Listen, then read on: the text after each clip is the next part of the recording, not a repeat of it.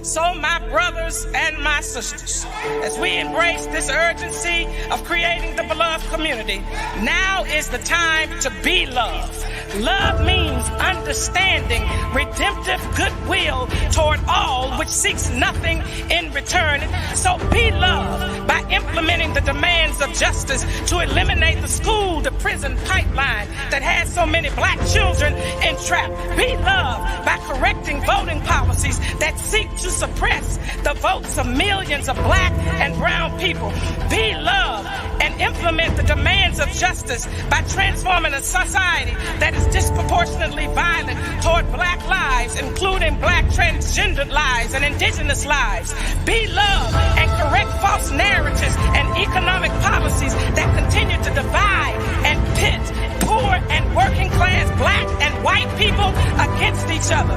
Be love and implement demands of justice where systems and structures are deconstructed and lead the way of living in community that reimagines just, humane, equitable, and sustainable policies, practices, and behaviors. Love your enemies. Bless them that curse you.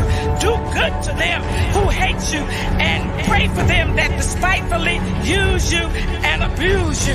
Be love and do justice and love mercy and walk humbly with our God.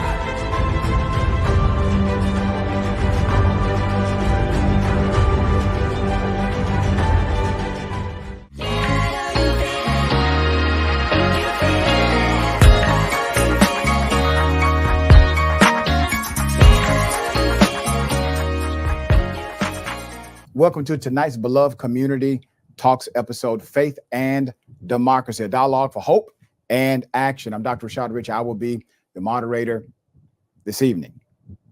It is a privilege to be in a position to explore with you the powerful and dynamic leaders of faith who are advancing democracy and justice. You're part of that also. In a world faced with deep divisions, we already know what is at stake. I tell my college students often that we are a combination of 3 E's: experiences, exposures, and environment. When we want to change the trajectory of a person or the trajectory of a nation, we must change the trajectory of our experiences, exposures, and environment. You see, I believe love creates love. In a world where we're faced with such deep divisions, our conversation tonight rests upon principles rooted in courage, understanding, the pursuit of justice, reflecting Dr. King's philosophy of nonviolence as a way of life, not a talking point, not a memo, but a way of life. These guiding principles remind us that true strength lies in standing firmly yet compassionately against injustice, aiming to transform the very nature of our hearts and build what Dr. King envisioned as the beloved community. Tonight, we'll discuss how faith communities can lead in creating positive change right here and throughout the nation. Nonviolent resistance to social injustices. Somebody once said, obviously, the only time you can sustain change is when that change is achieved by nonviolent action. We'll dive into how faith can be the uniting force, grounding us in truth and compassion while making sure that communities are empowered to embrace love over hate, empowered to embrace justice over injustice, and empowered to embrace connection over division. We're honored to have with us a distinguished panel, guests who have embodied these ideals throughout their work and their faith. They live by the code. Let's prepare to be inspired. Let's prepare to be challenged. Let's prepare to be equipped. Tonight, we're going to take some meaningful Q&A, some opportunity, time to talk it through and have a conversation together, hopefully fostering better understanding of how to approach the divisions among us. Welcome to the Beloved Community Talks again. Faith and Democracy, a dialogue for hope and action. As early, I'm Dr. Rashad Rich. I will be your moderator.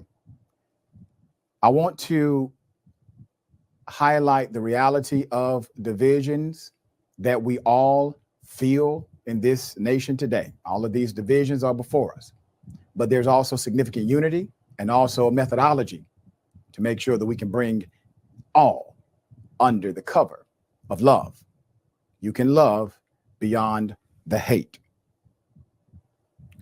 I want to acknowledge the current divisions also that permeate from inside of us, because the reality is the nation is simply a macrocosm of the microcosm of self. Dr. King taught a transformative principle, the principle of nonviolence, as the foundation for courageous and transformative action. It takes somebody truly strong to transform by way of love. The purpose is to explore faith as a force for justice, to explore faith as a force for justice rooted in compassion and resilience.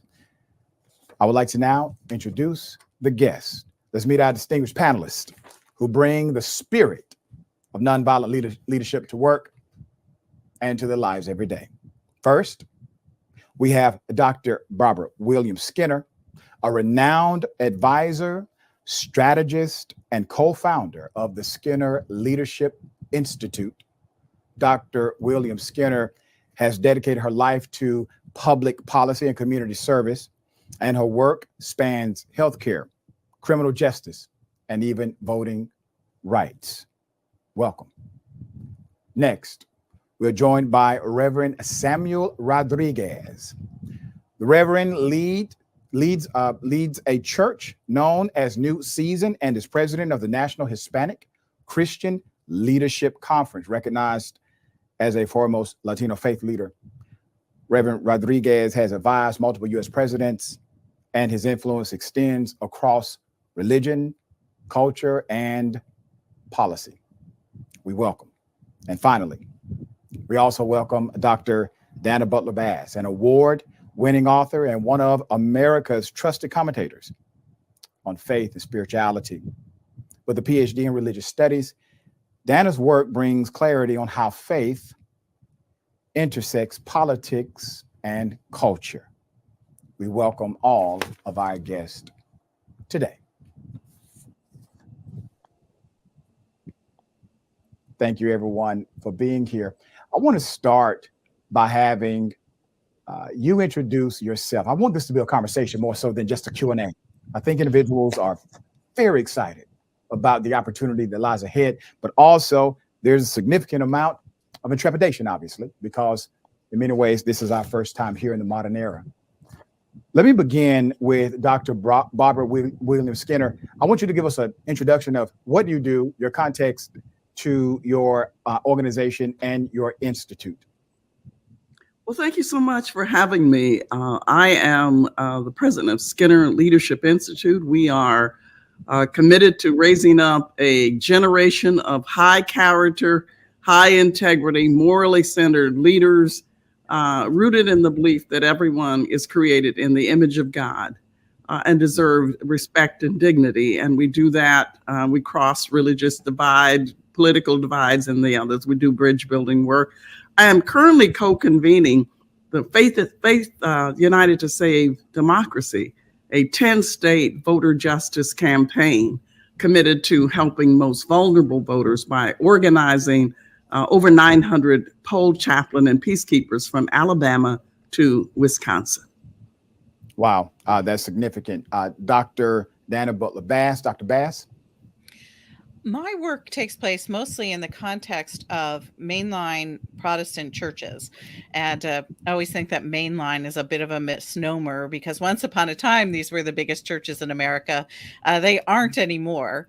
These are the ecumenical and liturgical traditions that go by pretty old-fashioned names: Episcopal, Lutheran, Methodist, Presbyterian. And they're largely white communities, although not exclusively so. Some denominations with more diversity than others. But what they do have is an enormous amount of theological diversity within them. And these communities over the years have prided themselves on both being leaders in the ecumenical movement with an emphasis on unity, but at the very same time, they've often been internally painfully divided over all kinds of political and social issues. And so it's been a very fractious and fractured community. And my work as an author, as an independent educator, has been in their midst for 3 decades now, and is, I think people would recognize it as both ironic, as trying to make peace within the mainline, and prophetic, and that is trying to get people who have been really wounded, I think, institutionally, back toward their prophetic ministries of justice. And so that's really where I've spent an enormous amount of time. These are people I understand really well, and I've worked with every mainline denomination.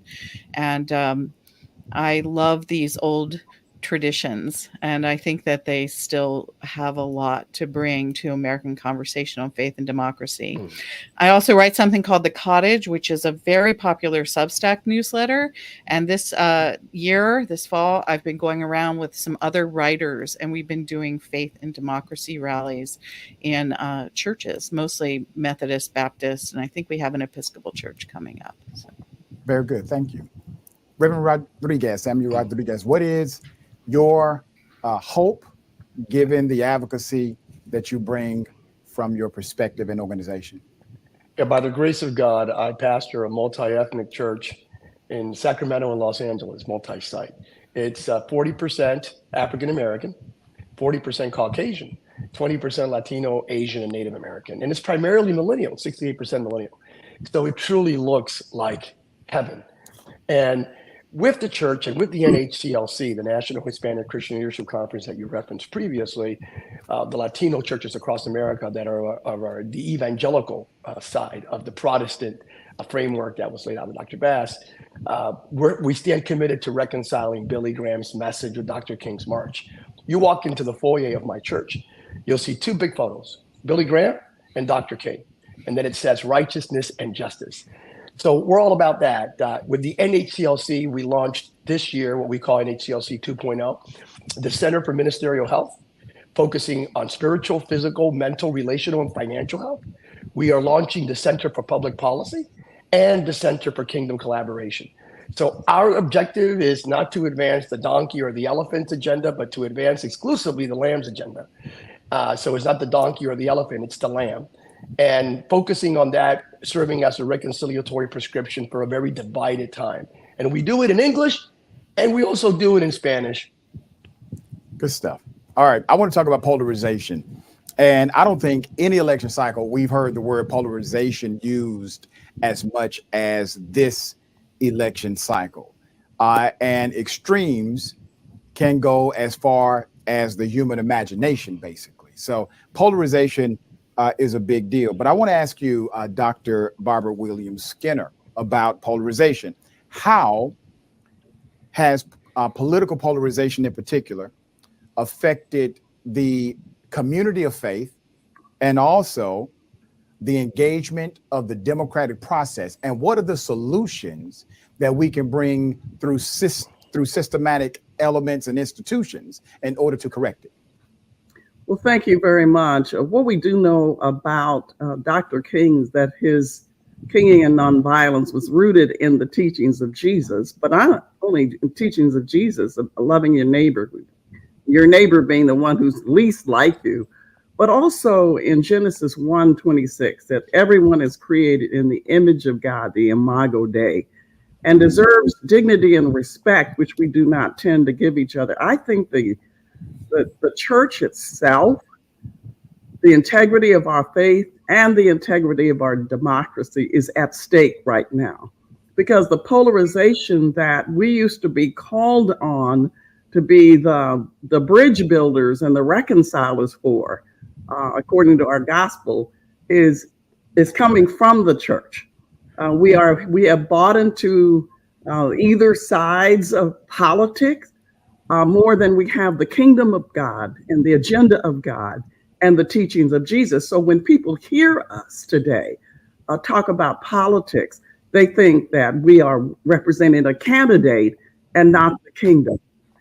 King, that was so different from Dr. King's philosophy. You know, Dr. King did not attack Bull Connor as a demon. He attacked racism and injustice as the demon, and I think that's what we have forgotten in the body of Christ today.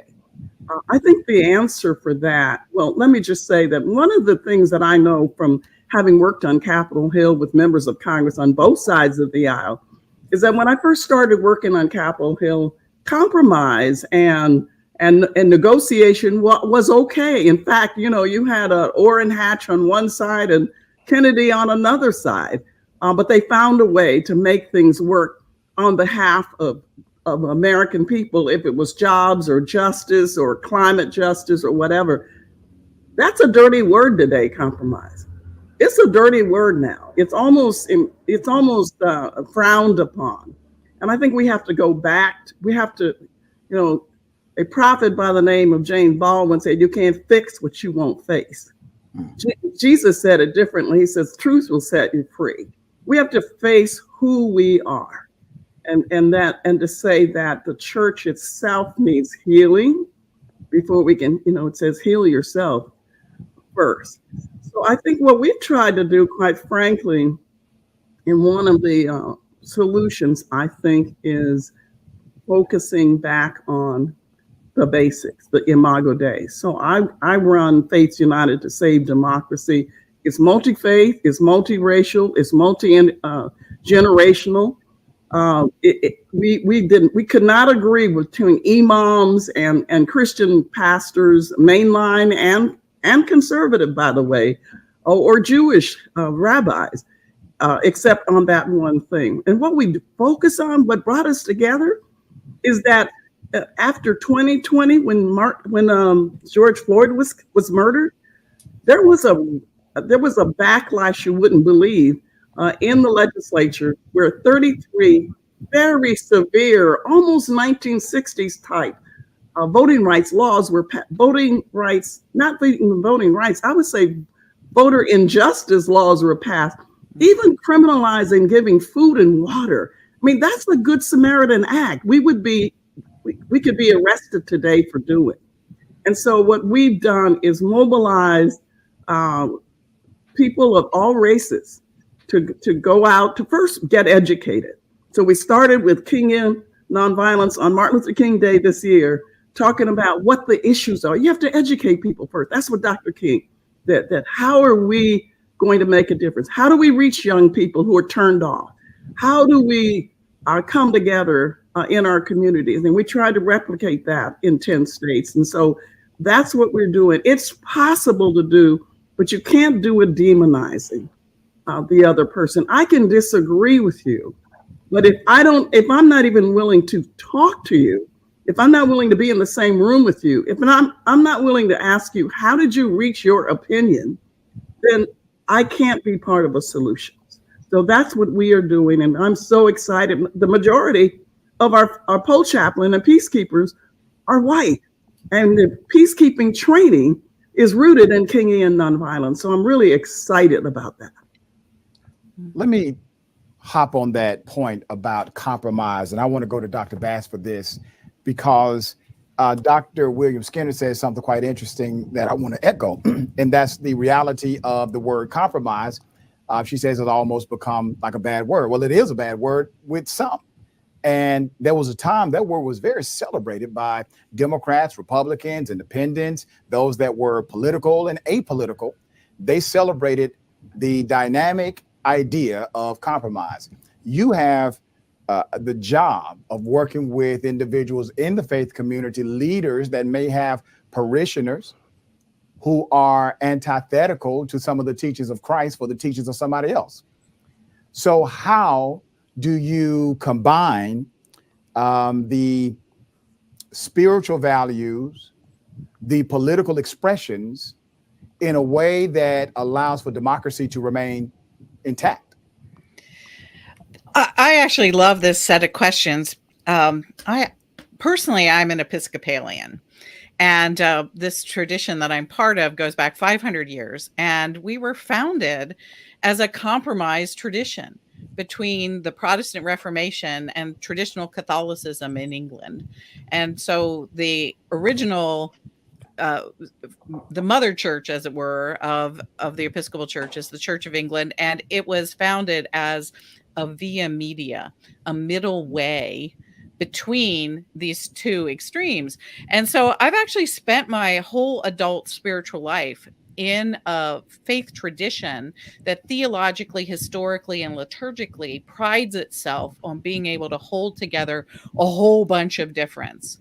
And that capacity isn't just present in the Episcopal Church. It really is something that I think is a deep gift of the mainline. It doesn't make it easy to be a mainliner, because especially right now, when you talk about polarization, I always kind of envy my friends who are in other religious traditions, because you can look at, say, Jews in America, and 80 or 85% of them are Democrats, and a small portion are Republicans. You look at white evangelicals, and you have the flip proportions. The mainline is 50-50. And so all of our denominational meetings are, some of our congregations, every congregation I was in this fall speaking and preaching, the pastor called me up in advance and literally said, "We're a purple church." And that means when I'm walking in a door, I never quite know who I'm speaking to or what is going to come in any direction at me. And I've learned a lot in these communities, partly that we actually have tools that enable us to be together. And when we do it well, we can do it with honesty, and we can share our stories, and we can offer our perspectives, but we can also come together. And I think that the three things that hold these traditions together are, very briefly, really ancient spiritual practices. One is the practice of the lectionary, which is an established body of readings. That's a 3-year cycle of reading the Bible, really almost the whole of the Bible, in congregational settings, and using that as a template for preaching. And so if you go into nearly any mainline church, and this lectionary is shared also by the Catholic Church. So the liturgical Catholics, which are all of them, and Protestants who are mainliners, we share readings every single Sunday. And so that means that there's preaching going on across the board on the same texts, and it creates a really interesting common conversation across our congregations. So there's the lectionary, there's our baptismal vows. And one of those baptismal vows is, I will work for justice and peace and respect the dignity of every human person.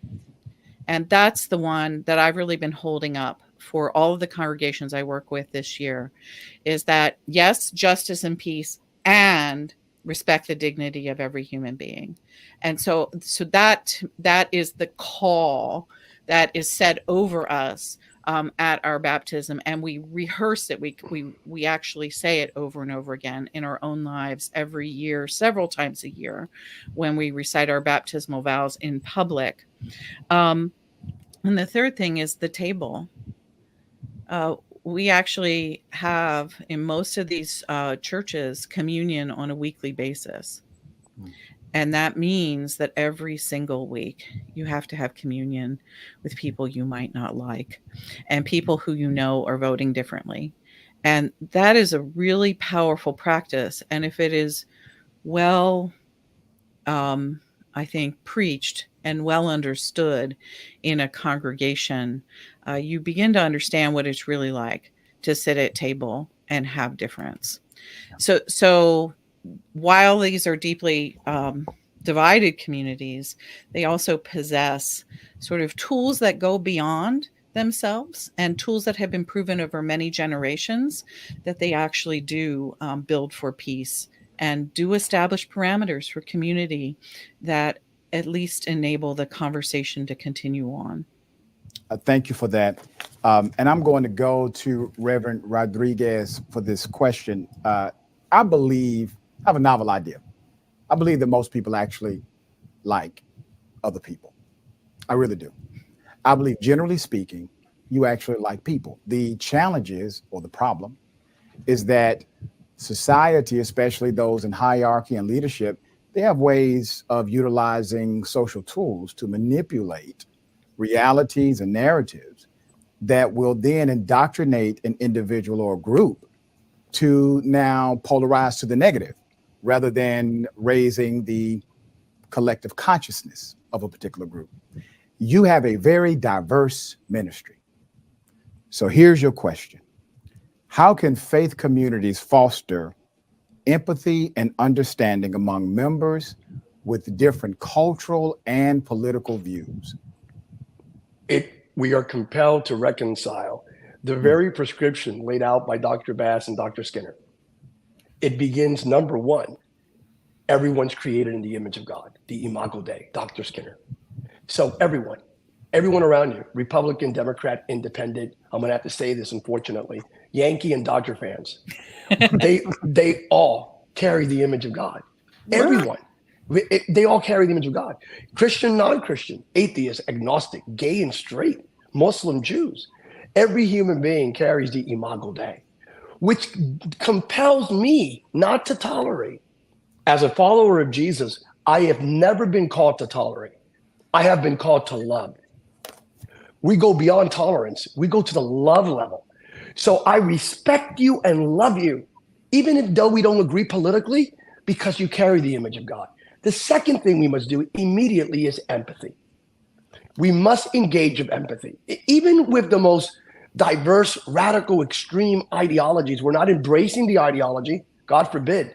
If it's an ideology that's counterintuitive to the spirit of truth and love, to the spirit of Christ, we can't tolerate it because we are what we tolerate. But we have empathy as it pertains to having a conversational platform that will enable you and I to be able to communicate at that basic God-ordained level that we are all created in the image of God. So it begins with the Imago Dei. It evolves into empathy. And then we create space. We create space for what? For compromise. We create space for a reconciliatory prescription where we meet in the middle without ever sacrificing truth on the altar of political or cultural expediency. It is a beautiful thing. It sounds like utopia, but it's doable. In my church, here it is. I have Republicans. I have Democrats. The majority are millennials, so guess what? They're independent. They're independent because millennials and Generation Z are independent. But I have Republicans, Democrats, and independents, and we go to the table and we engage in our liturgy together. And we go both to the altar and to the table together because that's who we are. So it's completely doable, but we have to be intentional about it. And it begins with me. It begins with you. On occasion, I have sinned. I have deviated from that very standard in some of my rhetoric, where I am immediately convicted by precious Holy Spirit who says, Tammy, stop that and fix it. You drank the Kool-Aid. You became emotionally exuberant. Come back. That's not who I am. That's not what I do. So we all have to be sensitive to the convicting power of the Comforter. It sounds like an oxymoron, but it's beautiful. It's terrific tension. The convicting power of the Comforter who will drive us to that table of reconciliation. But we have to be intentional and we have to preach that message of empathy, the Imago Dei, compromise, and prescription, reconciliation, all in the mighty name of Christ. Dear brother, I just want to make sure I clarify what you're saying so that I have a good basis for my next question. You're saying basically there's a required conversation. You got to have the bare minimum conversation before compromise every time, right? You have the conversation is a requirement. Okay. We can't assume anything. We have to be able to have that conversation, and we have to sit across each other, even if we disagree. Let's have that initial conversation before I come to a definitive conclusion, where in my mind, subconsciously or consciously, I label you as an extremist or whatever it may be. Let's have that conversation, and that conversation must begin with empathy. With empathy, not bias, but empathy. I may not agree with you, but I understand. I understand that you have your own sentiment and your own worldview. So it begins with empathy. Got it. Dr. William Skinner, I'm going to go to you, and it's kind of a follow-up. to what Reverend Rodriguez said about connecting and having those conversations as the bare minimum, because we're all made in the image and likeness of God. And so there's this bare minimum threshold here that must be maintained. In what ways can faith communities advocate for democratic norms, democratic values, and social justice in the current political climate when many are refusing to even have a conversation? Well, it really starts with a reflection by each one of us.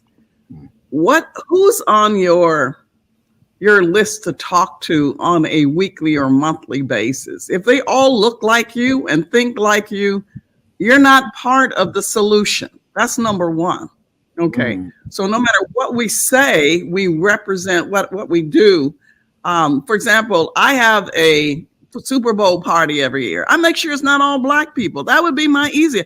If they were all Black people who like Kansas City Chiefs, I'd be great. I would have no problem. We'd have a great time. I got to invite some of the losing teams like the Ravens or whomever, So the issue is that I've got to practice in my own life, in my own connection, in my own reality, what I am saying I believe. I am a pro-life, pro-traditional value, traditional marriage Democrat, which means it sounds like an oxymoron, and in a way it is. Okay. So it means that I have to interrogate my own party on a consistent basis and not be afraid to say, if I stand alone, I do stand alone with Jesus. Okay. So the question is, do we have the courage? Do we have the courage to stand up even to the party that we represent, to say this party is not perfect? People are right now having a collective nervous breakdown over the election. This country is about to implode from within. One group of people feels that if the other group wins, we're going to become way too brown for the comfort of white people, right? The other group, and it's going to become, we're going to become un-American. The borders are going to be open to every whatever. Okay, so that's one person's fear. The other people are fearing that we're going to become a Hitler-like dictatorship that only works for white men in power. That's going on right now. And the church is at the center of it. How do we get out of that? One of the groups that I've been blessed to be a part of was a really uncomfortable one for me to be a part of. And that was with 2 years ago, invited to be part of a group of there were 12 white conservative pastors whose members in 10, I think, states were from the opposite political party. I'll just say that. We're all nonpartisan here. And then 12 Black pastors, right? Totally different worldview. And almost not even reading the same Bible. And my job as a facilitator support was to try to see where we could find common ground. It's taken 2 years just to kind of understand that we do serve the same God. So I think we have to understand this is going to take time when we get started. But you can't do this until you get started, until you're willing to say, you know what, we have some problems. There's some illnesses here, and I don't know how to fix it, but I got to go to a doctor, and the doctor is not my party, it's Jesus. Okay, so that's where I'm saying we've got to face is physician, heal thyself. We need healing from within. I got to start with Barbara Williams Skinner and figure out how it starts with me. Okay. To that point, we're flat out of time. I wish we had more time. What an amazing round of answers for so many who will be able to enjoy this content. I'm reminded of when Jesus said, for the kingdom of God is within the heart of man, within the heart of humanity. And I believe that every single one of you have echoed that point over and over again. And it truly does start from within. Thank you to our incredible guest. I want to make sure that people go to the QR code that you see right there. You can make a contribution. You can support the beloved community, and more. Please scan to take the survey as well. Thank you to the guests. Thank you for sharing your insights, your experiences, and committing to fostering a just and inclusive society. Your contributions have enriched today's discussion and highlighted how faith can be a powerful force in addressing some of the most pressing issues of our time. As we reflect on today's conversation, it's clear that the path forward involves each and every single one of us. There is no one person who could solve all of this. We all have a role in the community to make it happen. Dr. King's principles of nonviolence remind us that change requires both courage and it requires compassion.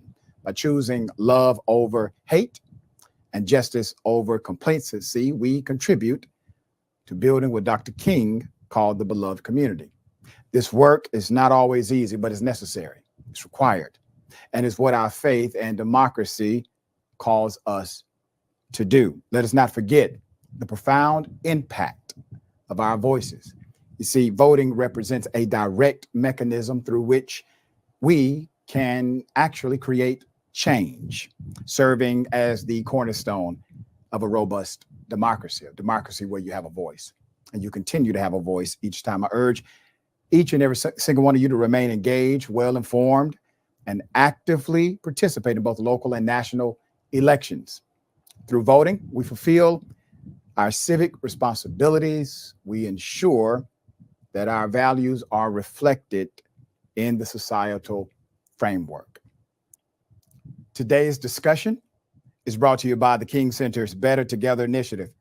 To hear more about this program, I would like to introduce you to Damian Madison and Lee May, program managers for Better Together. Welcome to you both. Thank you so much. So good to be here. Thank you for having us. Good to have you both.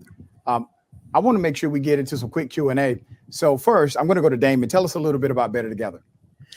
Yes, Better Together is a new initiative of the King Center. It actually is designed for the faith space in particular. It's actually designed as interfaith, and it's designed to empower and equip the faith space with Kingian nonviolence principles to help us eradicate any barrier to being beloved in our community in which we live. And so really being rooted in nonviolence, learning the steps and principles to nonviolence, again, Kingian nonviolence. And how do we apply that with the intersection of our faith to eradicate barriers to being beloved? Again, I love how in the discussion earlier, there's just talk about compromise and having conversation. And one of the things about Kingian nonviolence is how do we employ engagement and conversation and discourse with people who we disagree with, recognizing that I can disagree with you, but I don't have to destroy you. So how do we do so in love? How do we do so, again, employing our faith from whatever perspective, how we navigate it in a healthy and humane way? Very well said. And Lee, I'm going to go to you. What would the King Center like to accomplish with these conversations, specifically with the model that Damon just spoke of?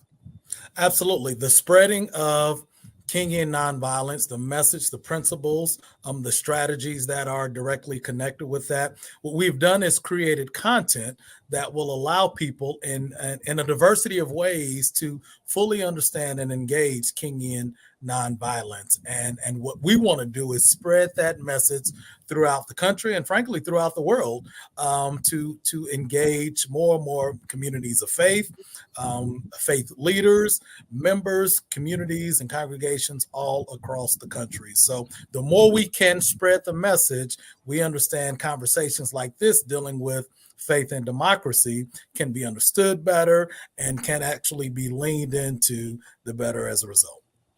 You know, there are a lot of faith organizations, churches, nonprofits, et cetera. They don't understand. They don't know the methodology. They have general understanding, but how can they get much more involved? I'm going to pose that to both of you. Well, yeah, I mean, a good first step would be the QR code on the screen right there. Again, plug in with us, get more information about Kingian nonviolence. But in particular, to Lee's point, we have created environments through, and again, cohorts, trainings, and even exposure series from Kenyan experts to learn what is Kenyan nonviolence, how we apply it to our to our faith, our world, our personhood. How do we live it out personally, and even our organizations? Absolutely. And just continue those different opportunities that we've provided as we spread the message. We are confident that that message will resonate. It will infiltrate the individual.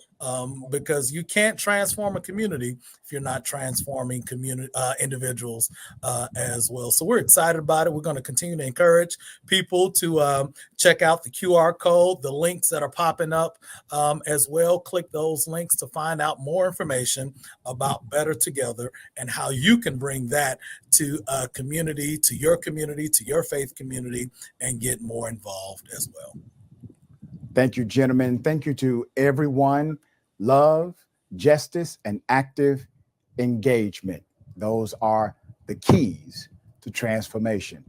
Remember, take care of yourself, take care of each other, take care of the planet. We appreciate your time today.